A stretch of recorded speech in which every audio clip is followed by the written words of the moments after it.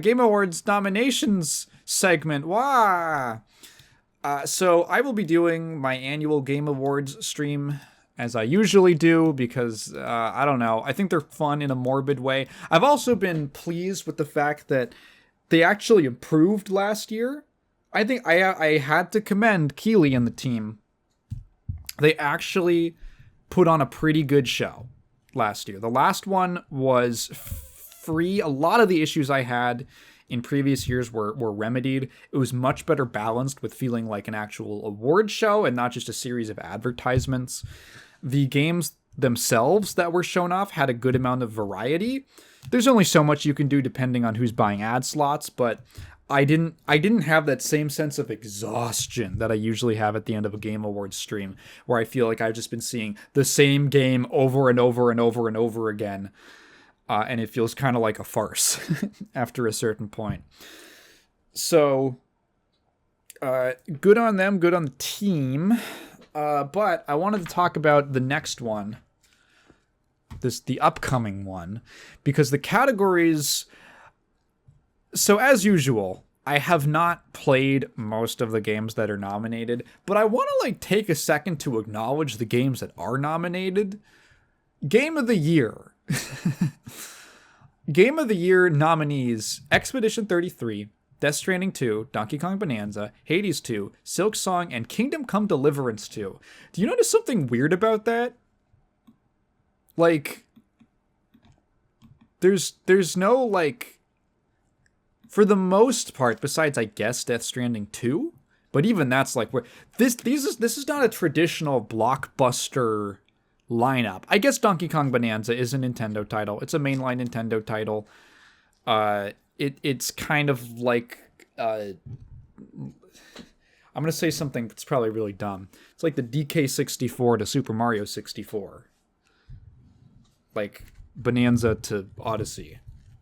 Bonanza is to DK64 as Odyssey is to Mario 64. I think that makes sense. But I hope you get what I mean. Hades 2, Silk Song. Hades 2 and Silk Song are games by relatively small teams. These are typically considered indie games. I know we had a whole long discussion about new categorizations and stuff. You'd probably consider these maybe a single A at that point. I don't know exactly the scope of Hades 2. Expedition 33 definitely falls into that double A category. Death Stranding 2 is a big budget game, but it's also a weird Kojima game. It's not a typical one. And then Kingdom Come Deliverance 2 is probably the dark horse of this lineup, but even then, it's a weird Czechoslovakian, very European RPG. These are not traditional, the Kingdom Come series. It's no Skyrim. It's much closer to something like Gothic, right? And that's kind of cool. It's really interesting how I was thinking about this the other day. Every now and again, a new story comes out that reinforces my opinion that we're in the middle of a AAA contraction where the tippy top end of the industry is really having trouble staying afloat due to a lot of things. Bad decision making, the economy. The economy honestly compounds a lot of the bad decision making, and a bunch of other factors, right? The pandemic and all these sorts of things affected. It's a big topic, and I'm also starting to burp, so it's harder for me to speak in full sentences. And interestingly, it's almost like a micro or a macro version. You're gonna roll your eyes. Of what happened to the fighting game community. That's right, fighting game segment. This really interesting phenomena happened that I think you could almost look at as an example of human herd behavior, human group behavior, where when Street Fighter 4 came out, everyone played Street Fighter 4. It was the biggest fighting game. Everyone who was into fighting games played a little bit of Street Fighter 4. It was very rare that you got someone who was like, yeah, I just play Melty Blood. What's Street Fighter 4? No one's really doing that. Maybe there's people who only play Tekken or something like that. But SF4 was the great unifier. Everyone united under this one banner.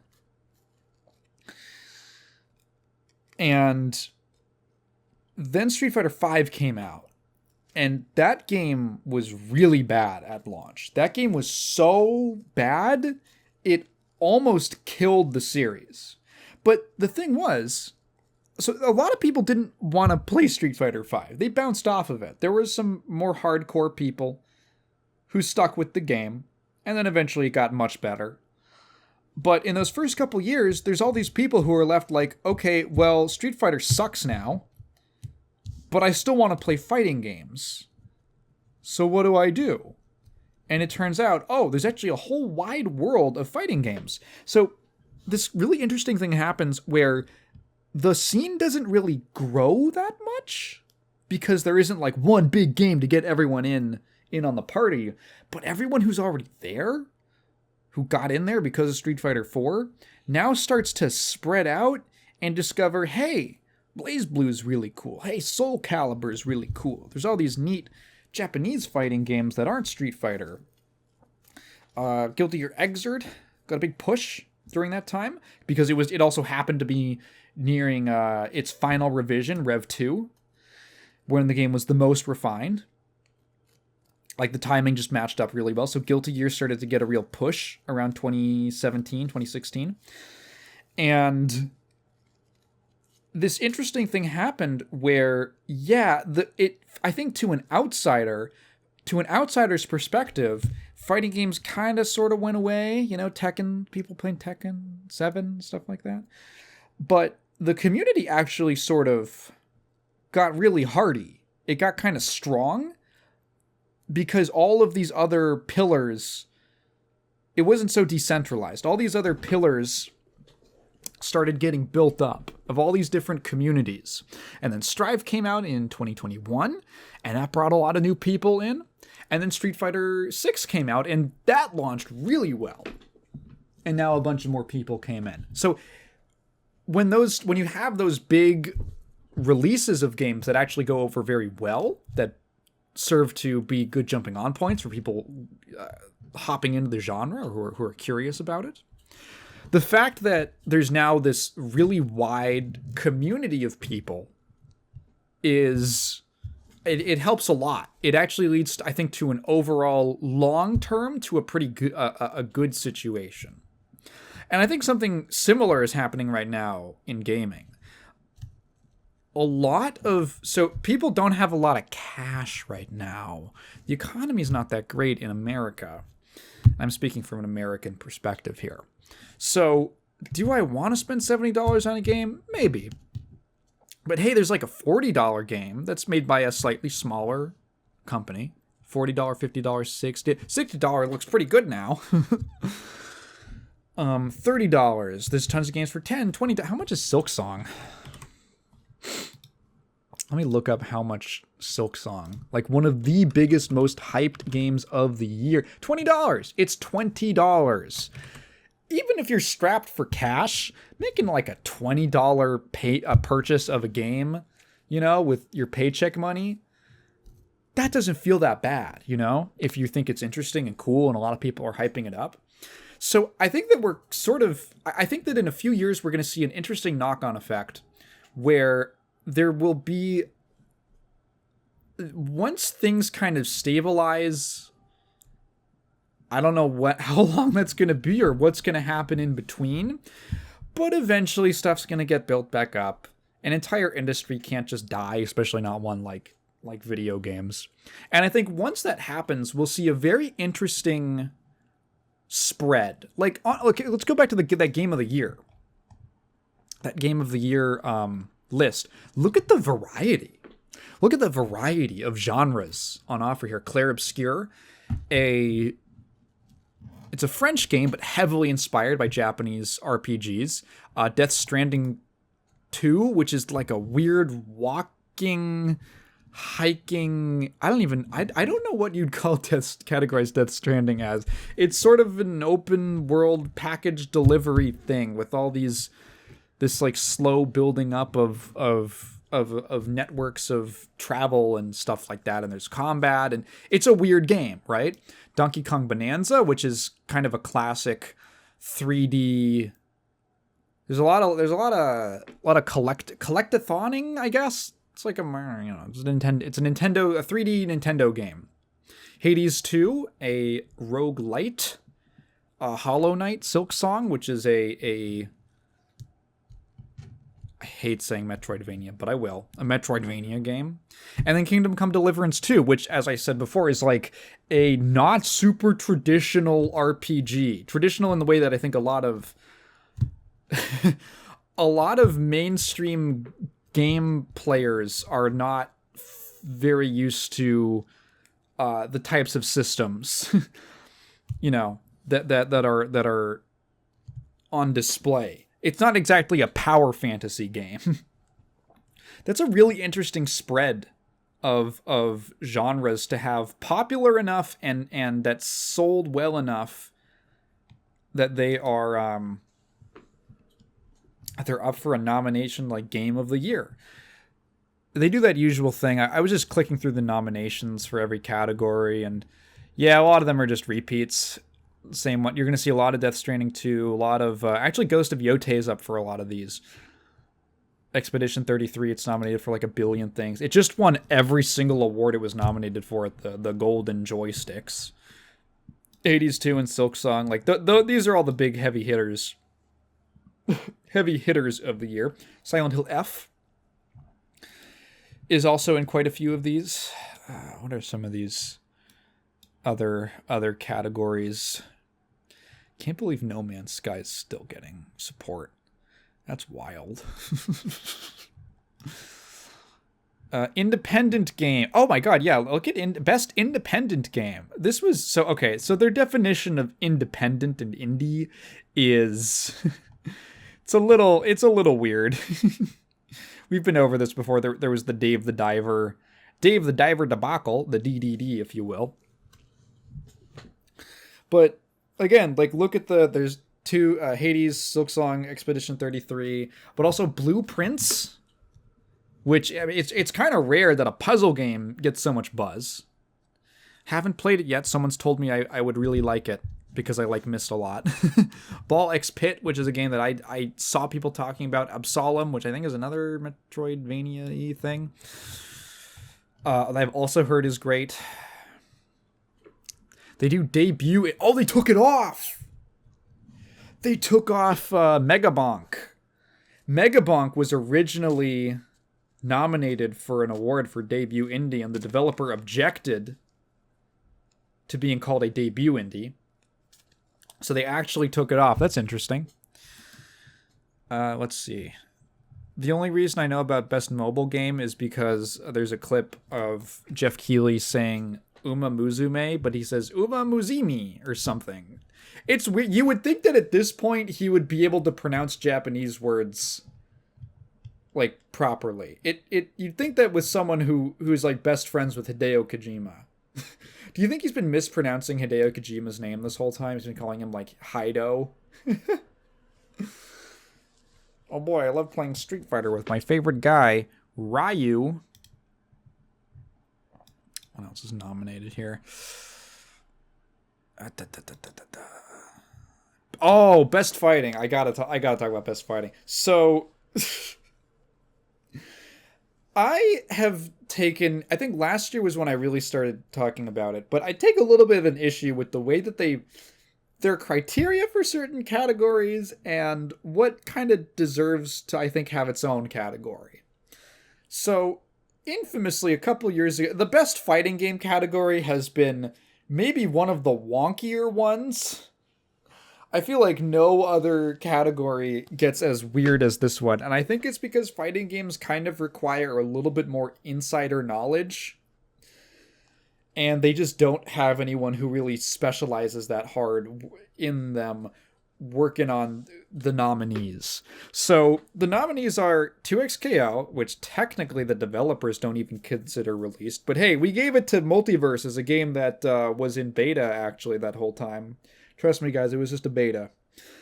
2XKO, Capcom Fighting Collection 2, Fatal Fury City of the Wolves, Mortal Kombat Legacy Collection, which is like, and Virtua Fighter 5 Revo World Stage. So we're like scraping the bottom of the barrel. There are only like 2 actually new fighting games on this list, which is City of the Wolves and 2XKO. So first of all, the fact that there are 2 different collections on here is a little silly, and it makes it look like it was kind of a weak year for fighting games. To be honest, maybe only 1 or 2 really good fighting games come out per year. Because again, it's kind of a specialized genre. People aren't just pumping them out. But there's other stuff, like Hunter x Hunter came in, and I know that game was whack as fuck, but you could at least nominate. Like, let's look at other, hang on, 2025 fighting games.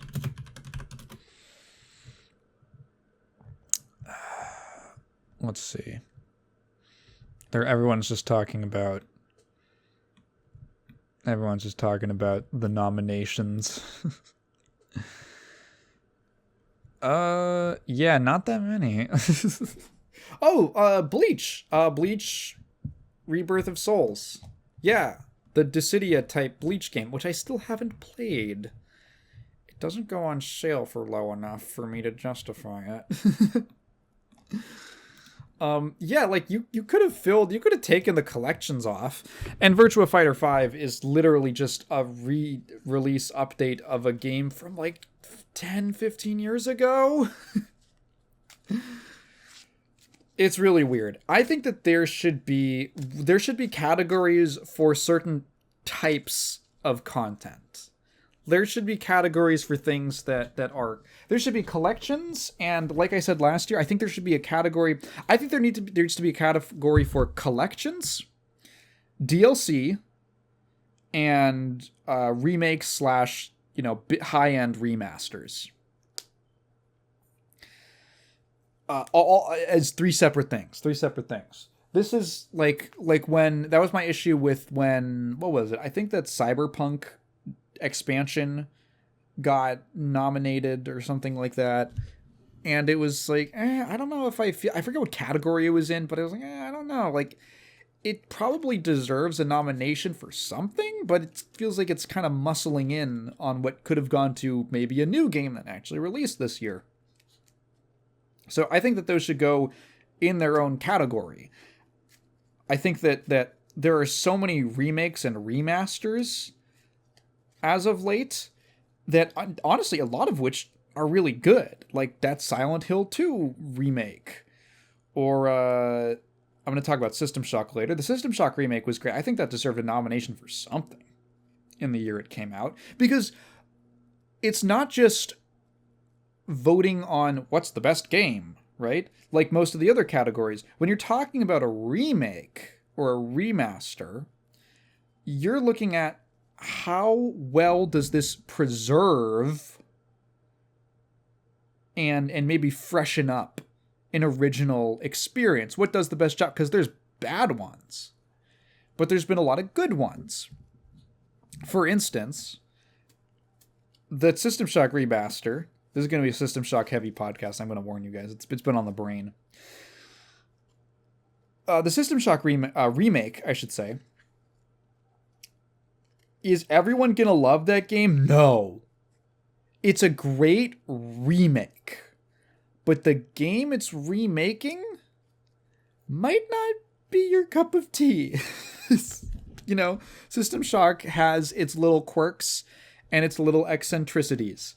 You can use a guide from 1995 to finish the System Shock remake because it is that close to the original. It is such a faithful recreation.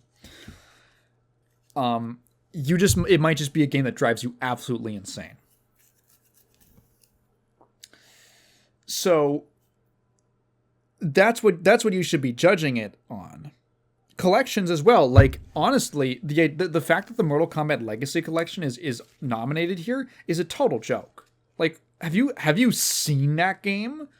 That did not release in a state that was... This feels like a what do we got pick. That did not release in an acceptable state at all Are you telling me that okay, like the collection came out, it's got a ton of games. That's great. It's got a ton of documentary material. That's great. That stuff's all cool. It doesn't have lobbies for online play. It doesn't have comprehensive move lists. It doesn't have... all you have is like quick play with randos online. In the year of our... You can't even invite a friend. I don't know if it's on PC or just on PC or just on console, but at least one version of the collection, if you play online, is absolutely fucked. The input delay is horrific. The sound bugs out all the time. It stutters and breaks constantly. It is genuinely unpleasant and uncomfortable to listen to because the sound is cutting out for a few frames every couple seconds. It's so bad. It is replete with issues. It is a horrible way to experience those games, especially online. This should not be nominated. Like, it's honestly a farce that this collection has been nominated. Capcom Fighting Collection 2, perfectly good collection. I actually just played it recently at the convention that I was at. They had a game room, and we played a bit of Plasma Sword, which is really fun. Rival Schools is also really fun, or Project Justice is on that collection. Yeah, good collection, but I don't think a collection should be on here in place of like an actual game. And then what did I say? Remakes, remaster, so like the remake, remasters, collections, and DLC, I think should all be their own categories. DLC is like you can judge it on its own, but it should be a different category. What are the other categories they've got here? Best family, sim strategy. Here's another thing. The Final Fantasy Tactics remaster remake, the Ivalice Chronicles. Like, awesome games, classic games. I don't know why they're being treated like a new thing. Again, that should be in the remake remaster category that I am proposing.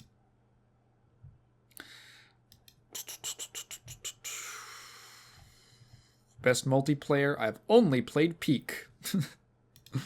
Out of all of these. Best adaptation, that's going to go to Last of Us. Could you imagine if Minecraft... I think the fan vote's overwhelmingly going to go to Minecraft movie.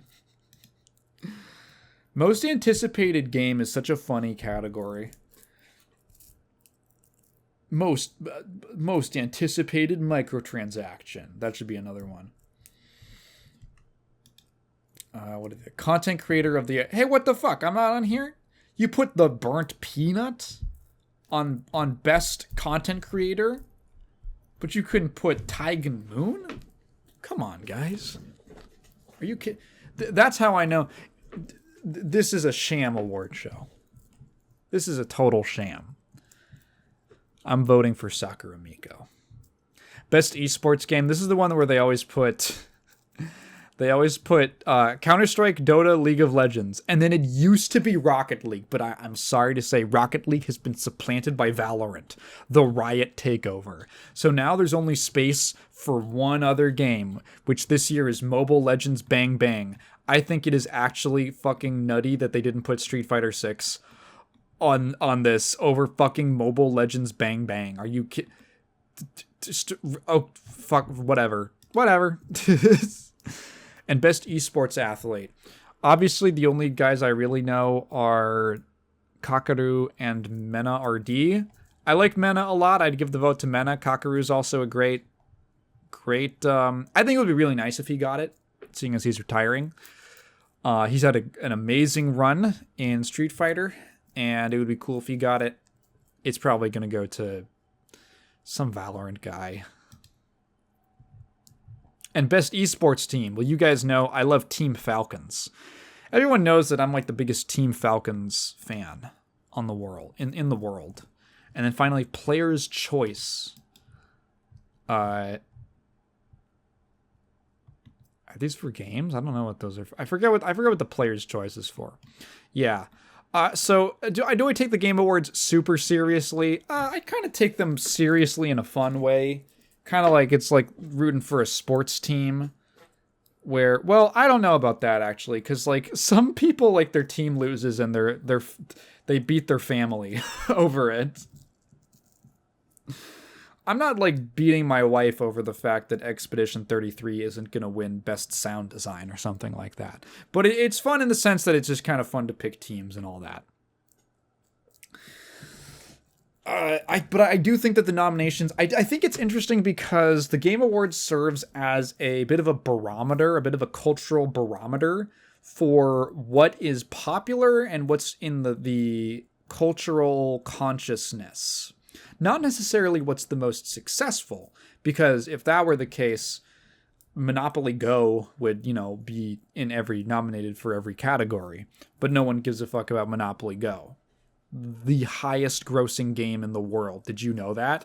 It makes like $1 billion and it's literally just a gamble machine. It's really crazy. But because the Game Awards nominations are picked by an actual international panel of game journalists and people who actually play video games. And so, yeah, is everyone going to agree? Is like the common layman going to agree? No, but as far as people who actually, I think that usually the Game Awards have actually gotten, I think they kind of get it right. There's some whack picks and some whack nominations every now and again. But in general, in terms of nominees and wins, I think that they usually, like, no one's been really upset over like Game of the Year winner. There was that one time It Takes Two won, but I think that was just a slow year in general for games.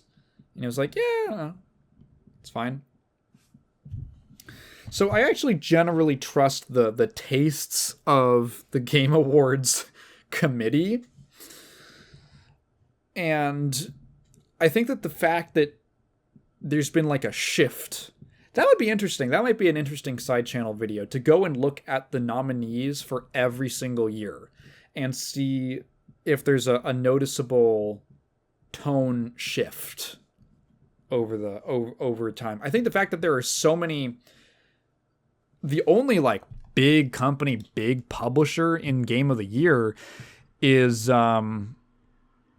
Nintendo.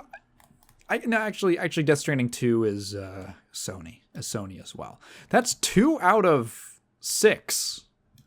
Everything else is like relatively small publishers and small teams, and I think that's actually pretty cool. I think games are going to be just fine. We're gonna be okay.